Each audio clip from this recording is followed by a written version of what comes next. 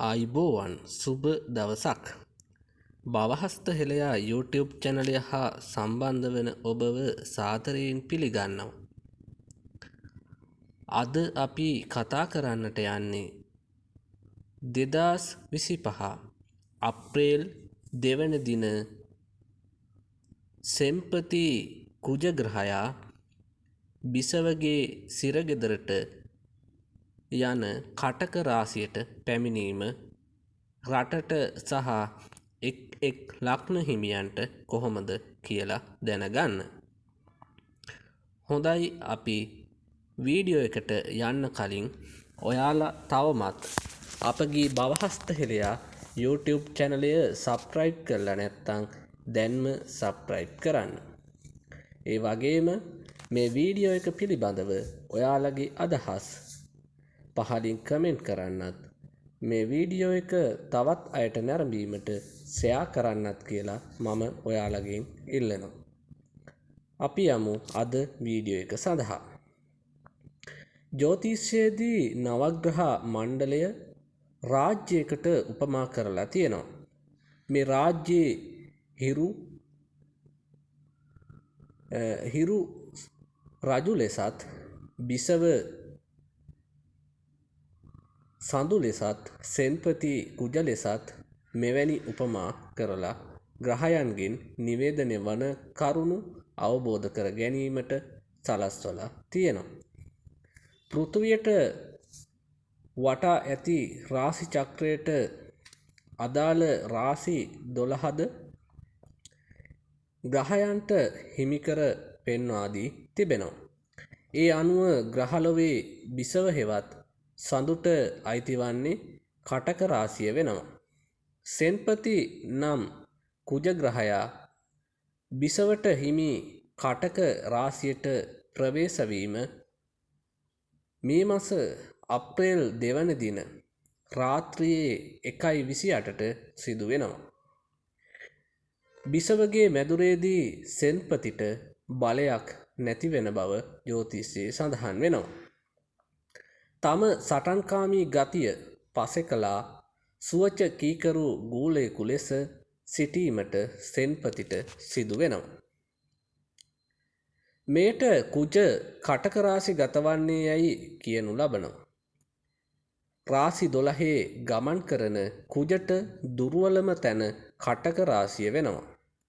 එහිදී කුජ නීච වන්නේ යයි කියනු ලබනවා. කුජ බරපතල ලෙස දුර්වල වීම රජයටත් රටටත් ජනතාවටත් බොහෝ සෙයින් බලපාන බව කියනවා. මේ තත්ත්වය පිළිබඳව සාකච්ඡා කිරීමේ වීඩියෝ මාලාවෙන් අපි අරමුණු කරනවා. කුජ නීච වීම කුජට අයත් වෘත්තීන් වල එනම් රැකියාවල නියතු අයටද මෙය බලපානවා. සෙන්පති ලෙස හඳුන්වන්නේ ආරක්ෂක හමුදාවල නියෝජනයයි. හමුදා නිලධාරීන්, පොලිස් නිලධාරීන්, ආරක්ෂක අංශවල නිලධාරීන්, ග්‍රාම සේවා නිලධාරීන්, වන අඩවි නිලධාරීන් වැනි අයද, ශල්‍ය වෛද්‍යවරුන්, මිනින්දෝරු කටයුතු කරන්නන්, ගඩොල් කපන අය හා ගල් කඩන අයද, ගින්දරට හා විදුලියට සම්බන්ධ රැකියා කරන අයද කුජ ග්‍රහයා නියෝජනය කරනු ලබනවා. මේ හැර දුර්ලභ කුජගෙන් මන් පහරන්නන්, ත්‍රස්තවාදීන්, අපරාධකරුවන්, ලේ සෙලවීමට කැමති බියකරු පිරිස් නිවේදනය කරනවා. ඒ වගේම ස්ත්‍රී දූෂකයන්ද මේට අයත් වෙනවා. කුම්භ ලග්න හිමි ලංකා කේන්දරයේ කටක රාශිය වන්නේ 6 වැන්නයි. ඊට සතුරු ස්ථානය රෝගස්ථානය නම් යන නම් වලින් හඳුන්වනු ලබනවා. මෙම ස්ථානයේ කුජ නීච වීම සුබ ඵල දෙන්නේ යයි බලාපොරොත්තු විය නොහැකි. සංක්ෂිප්තවම සතුරු බිය, රෝග පීඩා, ණයබර ඇතිවීමට ඉඩ වැඩි බව පෙන්නුම් කරනවා. ඉහත සඳහන් කළ ආරක්ෂක අංශවල ප්‍රධානීන් ඇතුළු අයට බාධා සහිත කාලයක් වෙනවා.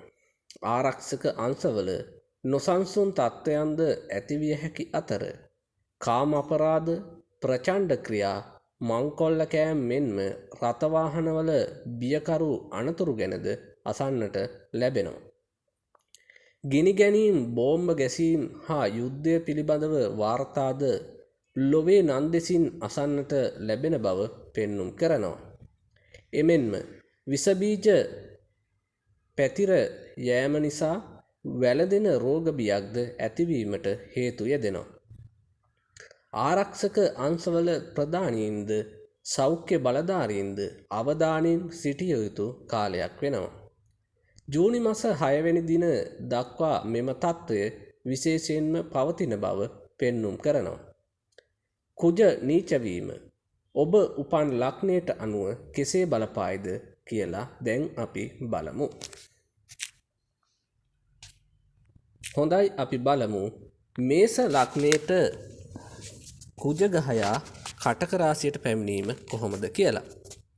ලග්නාධිපති සිව් වෙන්නේ නීච වීම නිසා පවුලේ වැඩිහිටි අයට අපලදායක කාලයක් වෙනවා.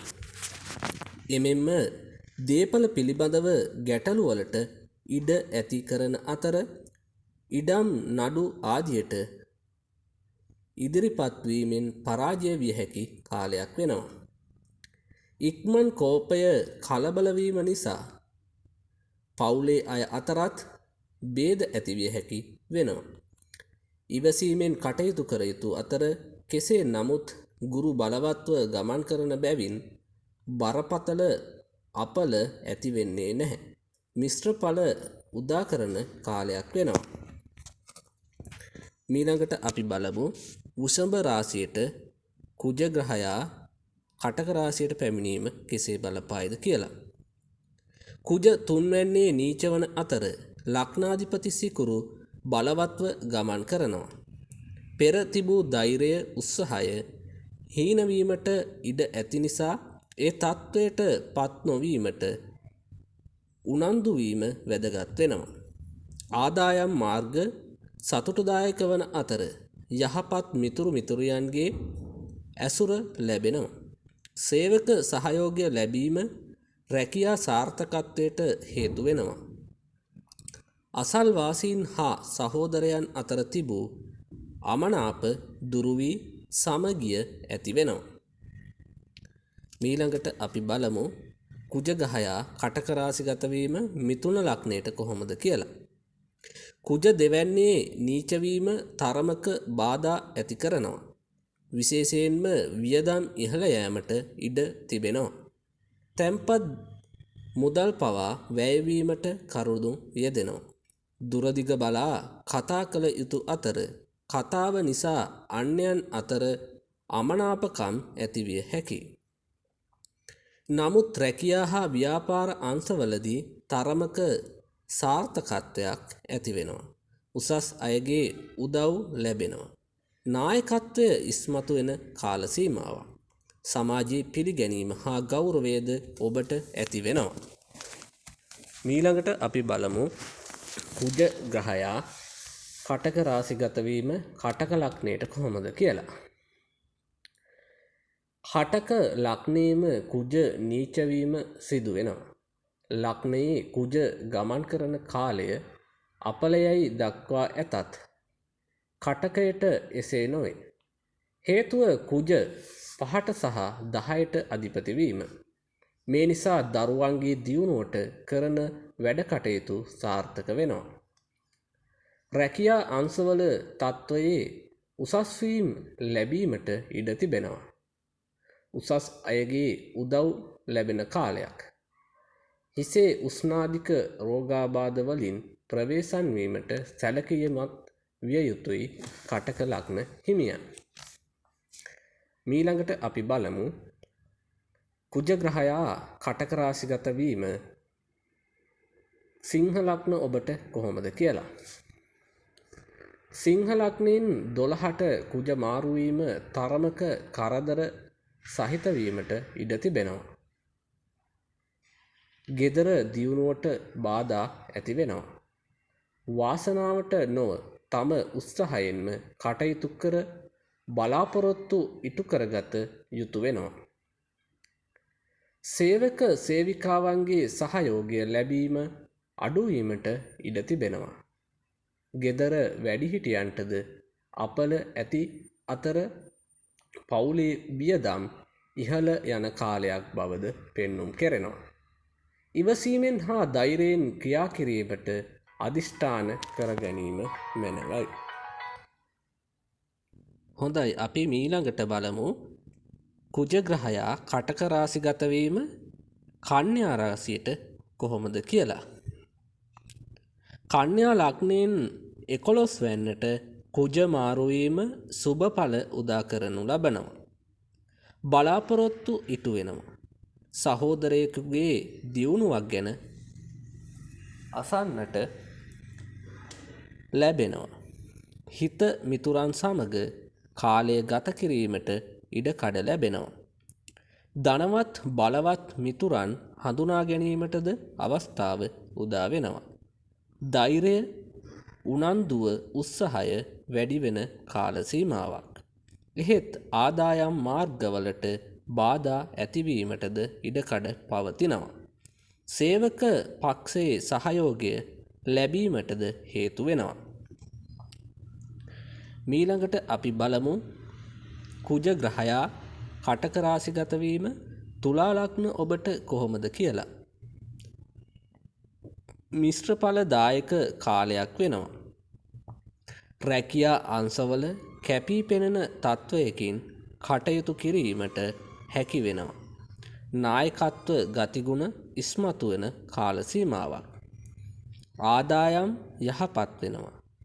බිරිඳගේ සැමියාගේ රැකියා ප්‍රශ්නයකට විසඳුම් ලැබෙනවා.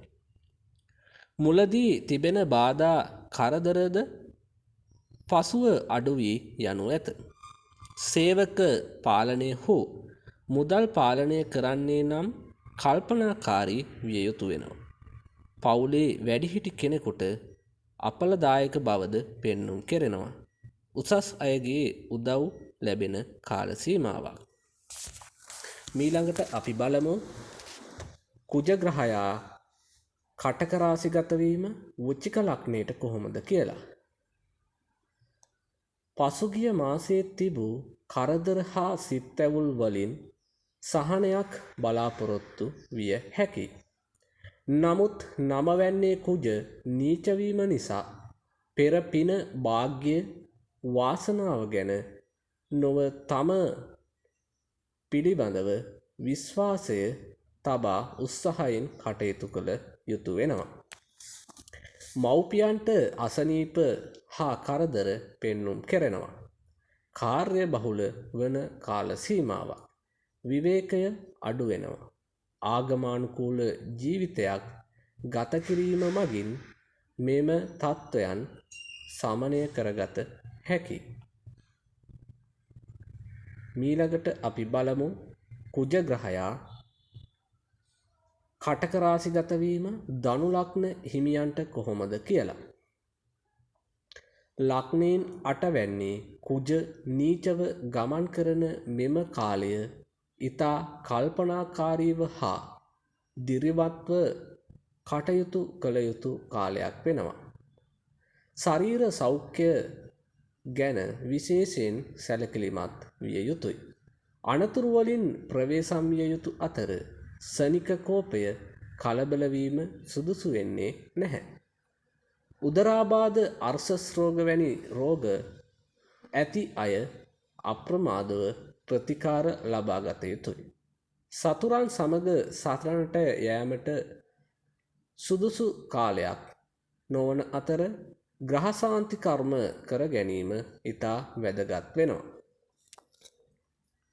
මීළඟට අපි බලමු කුජග්‍රහයා කටක රාශිගත වීම මකර ලග්න ඔබට කොහොමද කියලා. ලග්නයෙන් 7 වැන්න වන විවාහ ස්ථානයේ කුජ ගමන් කරන කාලය විවාහ බාධා ඇතිවීමට ඉඩ ලැබෙනු ඇත. අඹුසැබි, ભેද, අමනාපකම් මෙන්ම අවිවාහක අයගේ මංගල යෝජනාවලට බාධා ඇතිවීමටද ඉඩකඩ තිබෙනවා. විවාහ සහකරුට අපල කාලයක් වෙනවා. දරුවන් නිසාද සහෝදරයන් නිසාද සිත් ඇවුල් ඇතිවීමට ඉඩ තිබෙනවා. හවුල් ව්‍යාපාරවලදී කරදර ඇතිවිය හැකියි. ඉක්මන් කෝපය පාලනය කර ගැනීම මකර ලග්න ඔබට ඉතා වැදගත් වෙනවා. මීළඟට අපි බලමු කුජ ග්‍රහයා කටක රාශිගත වීම කුම්භ ලග්නයට කොහොමද කියලා. කුම්භ ලග්නයේ 6 වැන්න කුජ ගමන් කරන කාලය සුබදායක බව කියා තිබෙනවා. නමුත් නීචව ගමන් කරන බැවින් මිශ්‍රඵලදායක බවක් ඇති වෙනවා. අසනීප වලින් සුවය ලැබෙන අතර සතුරන්ගෙන් ජය ලැබිය හැකියි. එහෙත් රහස් සතුරන්ගෙන් ප්‍රවේශම් විය යුතු කාලයක් වෙනවා. බලාපොරොත්තු ණය මුදලක් ලැබෙන අතර සේවක පාලනයට බාධා පවතිනවා. හදිසි අනතුරු වලින් ප්‍රවේශම් විය යුතු අතර සත්ව පාලනය කරන අයට තරමක් අපල බවක් පෙන්눔 කෙරෙනවා. මීළඟට අපි බලමු කුජ ග්‍රහයා කටක රාශිගත වීම මීන ලග්නයේ ඔබට කොහොමද කියලා. ලග්නයෙන් පස්වැන්නේ කුජ නීචව ගමන් කරන කාලය දරුවන් හා ශිෂ්‍යයන්ට තරමක අපල කාලයක් වෙනවා. දරුවන්ගේ මුරණ්ඩු බව නිසා සිත් ඇවුල් ඇතිවිය හැකි අතර උදරාබාධ ජීර්ණ රෝග හා අනතුරු වලින් ප්‍රවේශම් විය යුතුයි. ව්‍යාපාරවලට මුදල් යෙදවිය යුත්තේ දූරදර්ශීව කටයුතු කිරීම මගින් ආගමික ජීවිතයක් ගත කිරීමට හා ඉවසීමෙන් කටයුතු කිරීමට අදිෂ්ඨාන කරගත යුතු වෙනවා. ශරීර සෞඛ්‍යය රැක ගන්නට උත්සාහ කළ යුතුයි.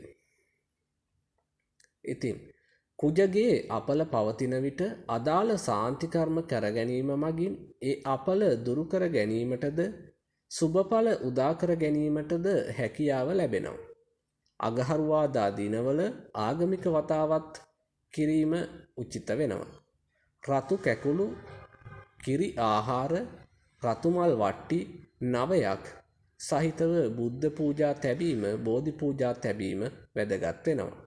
තුවාලලත් රෝගීන්ට බෙහෙත් හෝ ආහාර ද්‍රව්‍ය දන් දීම මරණයට කැප වූ සතුන් නිදහස් කර අභයදානය දීම මෙන්ම ලේ දන් දීමද උසස් සාන්ති කර්ම ලෙස හැඳින්වෙනවා. කතරගම දෙවියන්ට පින්දී සෙත් පැතීම ඉතා සුදුසු වෙනවා. නිරන්තරවම කරණීය මෙත්ත සූත්‍රය භාවිතා කිරීම හා මෛත්‍රී භාවනාව කිරීමද අපල දුරුවීමට හේතු වෙනවා. අභිසම්බිධාන යන්ත්‍රය නිසි ලෙස සකස් කර පැළදීමද සුබදායක ලෙස හඳුන්වන්නට පුළුවන්. හොඳයි. එහෙනම් වීඩියෝ එක අවසන් වනතුරු රැඳී සිටි ඔයාලට ගොඩක් ස්තුතියි. ඒ වගේම ඔයාලා තවමත් අපගේ බවහස්ත හෙළයා YouTube channelය subscribe කරලා නැත්නම් දැන්ම subscribe කරන්න. ඒ වගේම මේ වීඩියෝ එක පිළිබඳව ඔයාලගේ අදහස් කමෙන්ට් කරන්නත් මේ වීඩියෝ එක ෂෙයා කරන්නත් කියලා මම ඔයාලගෙන් ඉල්ලා සිටිනවා. ස්තුතියි.